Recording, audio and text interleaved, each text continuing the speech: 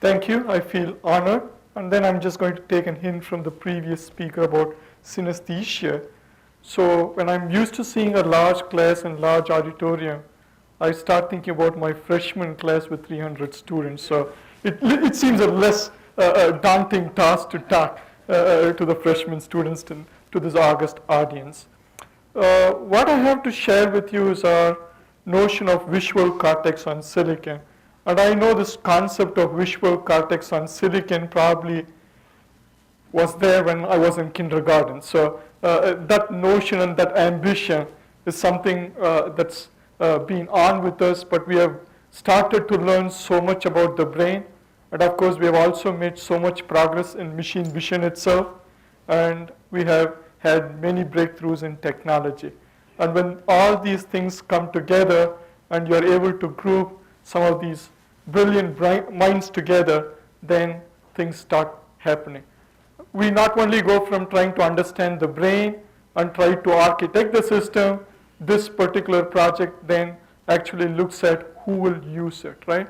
And we actually have two former IBMers in that particular picture who now work in this particular team, who actually deal with human-computer interaction, who actually were ones who started thinking about doing tests when speech recognition technologies didn't exist, Jack Carroll and Mary Beth. So some of you would recognize. Another former IBMer that people may recognize here is Philip Wang, who's on the device end of the spectrum. So this is a broad project that really tries to infuse brain inspiration into practical end applications to deal with the visual cortex. So if you really look at the inspiration, the 101 on Hindu mythology, right? So Lord Shiva actually has this third eye. And the third eye is supposed to be really benevolent, right? So that's the good side of it. And if something really goes wrong, it's supposed to spew fire, right? It's also a source of destruction. And what I'll showcase is more of the compassion part for most of my talk, right? And then we'll also, because there are a lot of people defending our country and nation, right? So I'll also show how it can spew fire if needed in this particular scenario. My students, of course, know I can spew fire as well, right? So again, it's just not the notion of understanding what the brain does, but I really want to deploy systems, engineer systems. That's really the key goal in this particular scenario. So we want to achieve efficiencies that I can actually walk with my brain around and see things, right? So similarly, I want to actually wear a system that I can carry with me, walk with me, and do the perception that I can actually do. And we want to leverage this knowledge. Again, I want to emphasize this point in our progress because there are wonderful things that I may already know statistically and through machine learning that I want to augment this knowledge base and then take it to end applications. And this is really the large theme and the key emphasis that I really want to emphasize. In addition to 15 PIs from 7 schools, we have about 35 graduate students and postdocs who really are the movers and shakers, right? And hopefully that's the case with everyone. So our future generation is in good hands. And there are many, many people, and I do thank Dharmendra and other like-minded people in industry for encouraging and supporting these type of activities. So I want to emphasize on few key things across the spectrum, from understanding the brain to developing vision algorithms to transforming them to actual systems, and then finally thinking about some user interface issues in designing such systems. One aspect that all of us want to know, when I have such a large audience to look at, then maybe I'm focusing on Andreas. What is his face expression, right? Is he going to ask me the next tough question, right? So it's kind of having this sort of attention and bias. And then I'm looking for Jeff. If I do a good job here, is he going to sign a bigger check for us today, right? So this is kind of goal-directed attention, right? So it's just not an attention where just because everyone is wearing a tie and a shirt and someone in Hawaiian shirt comes in, then your attention works more from bottom up, right? So I'm looking at what is this top-down attention, and Professor Bob DeSimone in the group is really looking at how can this top-down attention actually work.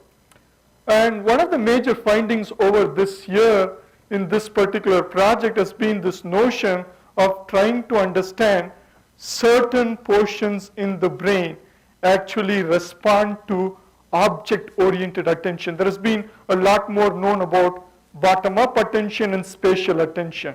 But for the first time, we are trying to understand more about how object-oriented attention actually works. And what you can actually see here is the faces and houses are actually being seamlessly merged in and merged out so that it is not affecting other things like intensity and the other aspects of the image, but you are really seeing them go in and go out at specific frequency. And once that actually happens, you are actually trying to see that these two portions of the brain, let's just abstract things. FA really is the face area and P is the place area, right? So the face area and place area are in synchrony with what you can really think of this as the control portion, the IFJ, right? It is the inferior frontal junction. So you can actually start seeing that when I'm really cueing you to look for the faces, and if I'm actually able to look at your signals and measure them, you will actually be peeking out when you're looking at a face. And you can actually look at the frequency at which I'm showing to actually see that it's just not an anomaly that always spikes at that point, right? If I change the face and place at a different frequency, you will actually start seeing this. And again, the key question is, yes, it's good to understand the brain, but what is the knowledge that it brings me in designing a system, right? It gives a little more credence to the notion when I'm dealing with this notion of domain-specific accelerators. Even the brain seems to have a domain-specific accelerator for face recognition and place recognition, right? So specialization. And again, to understand what degree of specialization is needed. Those are aspects that can kind of go back and forth in these cases. So understanding the brain actually needs to translate to some notion of computational model for it to be really taken to a system level aspect. And one of the things in the NeoVision project that was alluded to, what we really looked at is try and get a dorsal pathway and a ventral pathway for these different brain-inspired models. In contrast to actually implementing them on spike-based neurons, we actually just prototyped them on FPGA. So the only thing that was neuro-inspired in that particular case was just the computational model. The fabric was a traditional digital fabric, right? Not even a customized one, but a programmable FPGA. And we actually landed up seeing just adopting a biologically inspired model landed up making us 2 orders of magnitude more energy efficient than contemporary techniques done on contemporary hardware at that point of time. But now we want to go beyond just this attention in those cases which was built upon bottom-up attention and to look at top-down attention. And one scenario of top-down attention is to really look at what was my current state when I start looking at the next one, right? For example, what's pictured here is really you go to get a Subway sandwich, right? You look at the person serving you the Subway, and then you ask for this sub, right? Then you're really looking at, oh, is he wearing the gloves, right? Then you're looking at, is he picking things up? Oh, did he really get my favorite ketchup, right? So based on what you were looking at, it has a strong correlation to what you will look at. And how does this come into practice when you're architecting a visual cortex? Imagine you're driving a car. If I need to take a right turn as opposed to a left turn, based on what your intent is and what you were looking at, it is going to bias where you need to look at later on and kind of reduce this cognitive load in what you need to compute. So that's really what this happens, and this can not just be spatial relationship that I mentioned to you, right? It could also be based on features that you are looking at. So who's this pink girl? Not the pink girl, but the person wearing the pink dress in this particular case, right? So now it really means I'm tuning a particular channel. I'm tuning the color channel a lot more than any other channel, right? Who's the person who's oriented sleeping, right? Then I automatically associate sleeping with someone who's not 90 degrees up, right? So this is really the notion of trying to associate the goal with trying to find out things. So this is really illustration of it. What you're seeing in the rightmost corner of the screen is the actual shot. One in the center is really biasing the attention just to bottom-up features. That's really looking for color, contrast, motion, and other things. On the right, the leftmost one that you're seeing is biased towards finding a red bottle. And you can actually now see that you're focusing more on the red bottle by actually biasing and tuning things based on your goal to go and find the red bottle in that particular scene, right? And again, the key thing is this system is working on a portable system in real time when you're actually doing this particular tuning. And in such an interdisciplinary nature, really I'm talking to a brain scientist who's talking to a vision person who then needs to talk to a device scientist in this group, right? So there needs to be computational platforms that make this scalable and also makes it scalable across different implementation platforms. So what we really have is a drag and drop software pipeline that can change interfaces, that can actually change algorithms. It can actually bring in algorithms that are developed by others, and then also add your own modules to try and understand this perceptual pipeline before you really start realizing things. And complementing this software framework is an hardware emulation framework, which really works with the notion instead of codelets, you actually have hardwarelets or corelets, similar to what you call from the spiking neuromorphic model. And the key thing is the interfaces are pretty standard, right? So you basically abstract the interfaces to connect to these modules and then just plug in and plug out some of these which are agnostic of the independent implementations or things that we are starting to show even independent of technology in this particular scenario. So once you actually have the software framework and the hardware framework, it allows you to start exploring different methodologies of exploiting the underlying technology to implement these biologically inspired algorithms. And things that we really think are near-term immediate payoff for these things are something more general than a single pipeline that you saw for the dorsal and ventral using attention and HMAX for recognition, which is capable of doing a multitude of vision problems. That's really the near-term part. And of course, you have already seen a lot about the neuromorphic hardware, but I will show you the additional element from the technology aspect that we are bringing into it. And of course, you're at IBM, so you always think, hey, why do I have to mimic a wetware, right?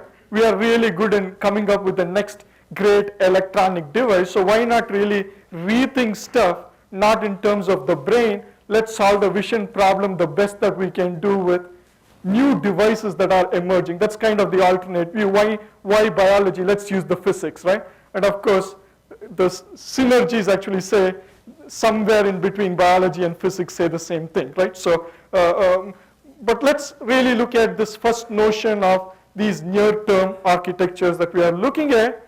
So in this particular case, this is essentially a large number of simple processors, like an open RISC core that we actually have in this fabric.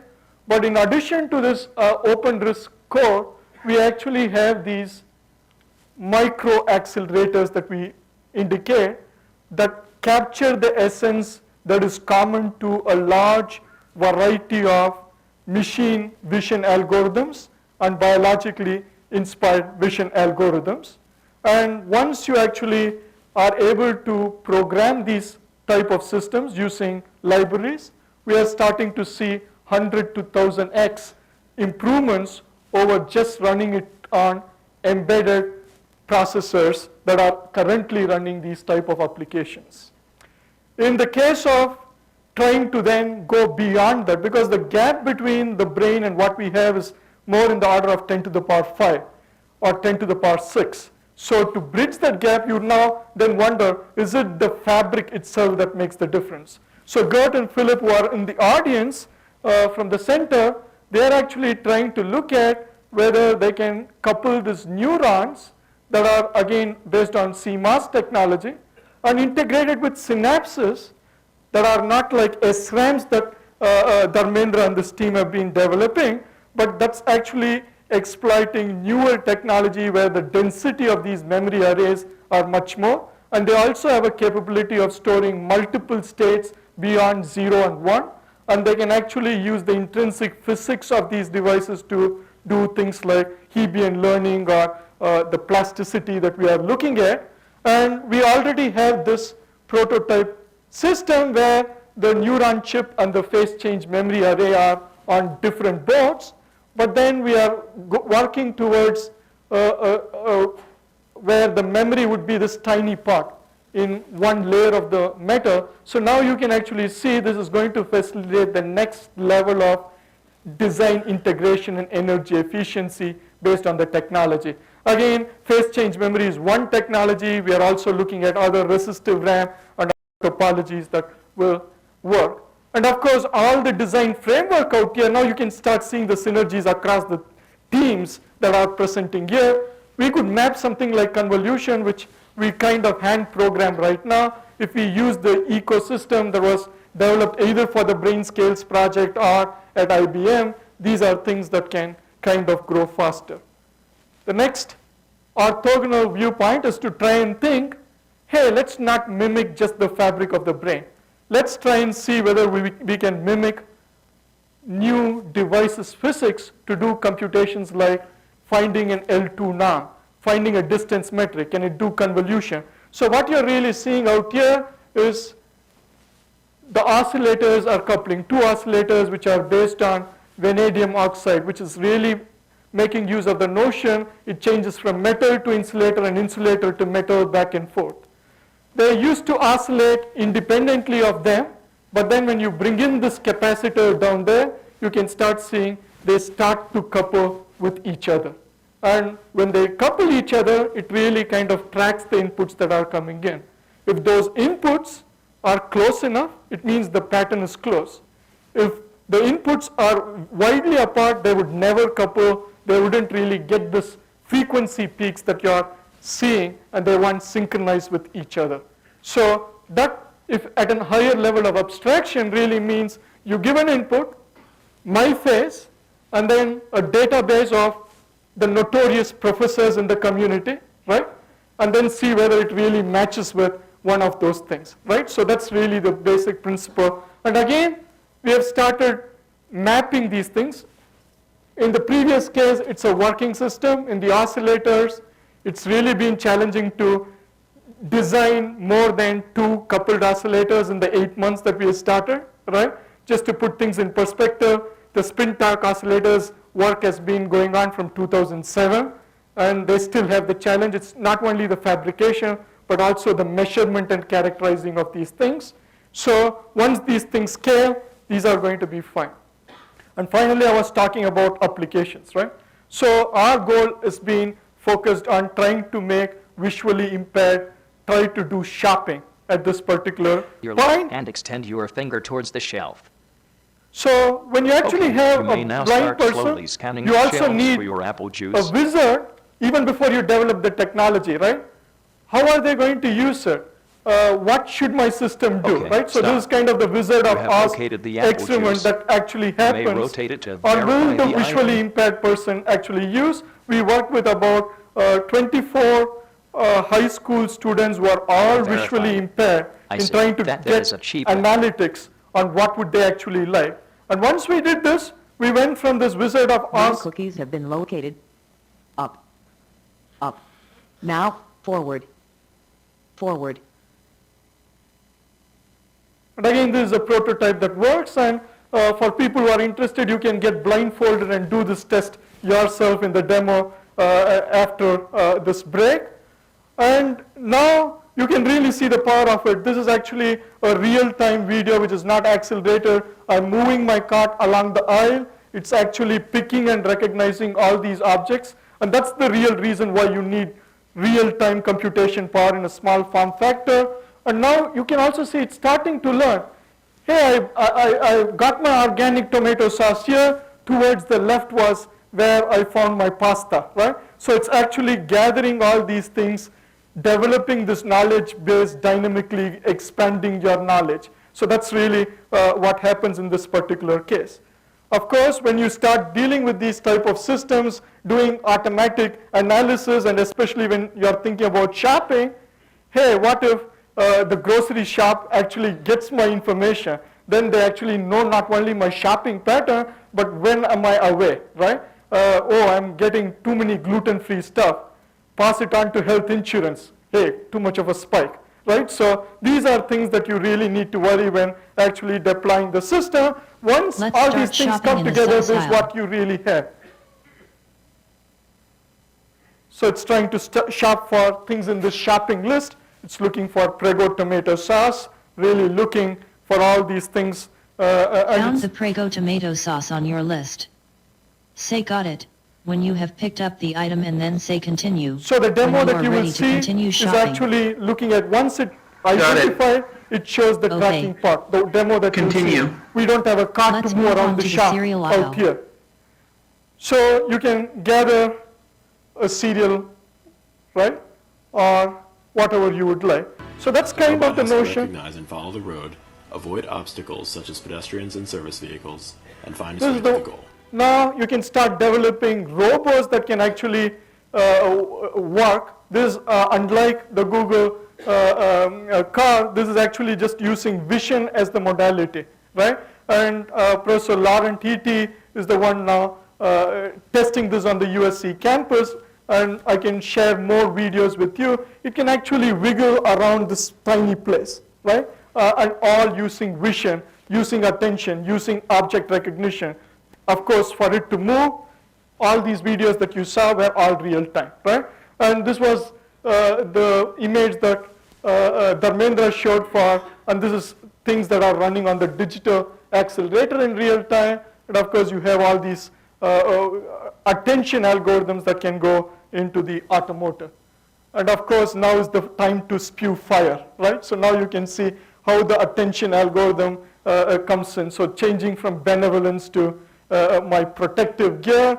And of course, this is work done with the Dahlgren Navy base on trying to do automated weapon systems. So this tie out here is $10 million. And this is actually showing you how the attention actually works based on it. So that's how things work, but it can also be used in a more benign fashion. Or if I go, and in a way it's also spewing fire, because based on what I actually buy, the prices may change dynamically based on, do I like it so much that I'm really going to buy it? Then think about dynamic pricing in a grocery shop. I don't want to give any ideas if you didn't have any, if you're from the retail market. And then, of course, this is my favorite application. I saw some people from ETS out here looking at it, right? So when I'm actually looking at my student, where they're really happy that I made them work so hard to create all these videos, when I'm the one hogging all the limelight talking, right? So, and then, of course, I'm also traveling so much. So, I actually work with students across these 7 campuses, so I need a meaningful way to track them, right? Are they in the lab? Are they moving around? So that's really my lab. This is the picture that I showed you. So sometimes I tell my students, there is 300 students, and they say, you cannot meaningfully take attendance. They didn't believe me. Then I showed them this image. It's an 8 a.m. class, really hard for freshmen. but now they show at 7:55 a.m. because I showed them this image. So that is real practical social impact of all these brain sciences, right? So, you actually have fun. And because of the visual aesthetics, it brings a lot of kids to STEM. And it makes real sense to expose the Synapse University and other things, not necessarily in undergraduate and graduate programs. We really need to take it to high school kids. As you can see, plenty of them are really interested in it. They even come up with some new art forms, right? So this is an undergraduate student at University of Pittsburgh who's doing this coupled oscillator experiments using VCOs and lighting bulbs. And then you can see people dancing to try and do skin toning type stuff. So these are creative high school students and other stuff. And I'll also show you, just share the final talk with you. So now imagine that you actually wear a glass and you have all been working so hard you didn't get an exercise. You go to the grocery shop and you want to pick a Coke can. Now the glass will not allow you, it will vibrate your hand. You didn't do enough exercise today. That is too much calories for you, right? So that's kind of the notion that we are looking for. Thank you.